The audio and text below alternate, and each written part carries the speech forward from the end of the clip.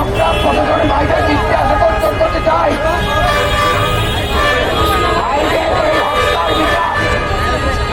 এই মাটিতে হতে হবে। যদি আমাদের দলীয় কেউ এই দিয়ে থাকে তার অভিযানে জানতে হবে। আমরা সাইদকে স্মরণ করতে চাই আজকের এই দিনে। সাইদের যে ভূমিকা আজকে এই আন্দোলন সংগ্রামে, আজকে যদি সাইডের এই বিচার আমরা না করতে পারি আমরা অপরাধী হব। সুতরাং আমরা জানা যুবদল অতীতের ন্যায় আন্দোলনের মাধ্যমে যেভাবে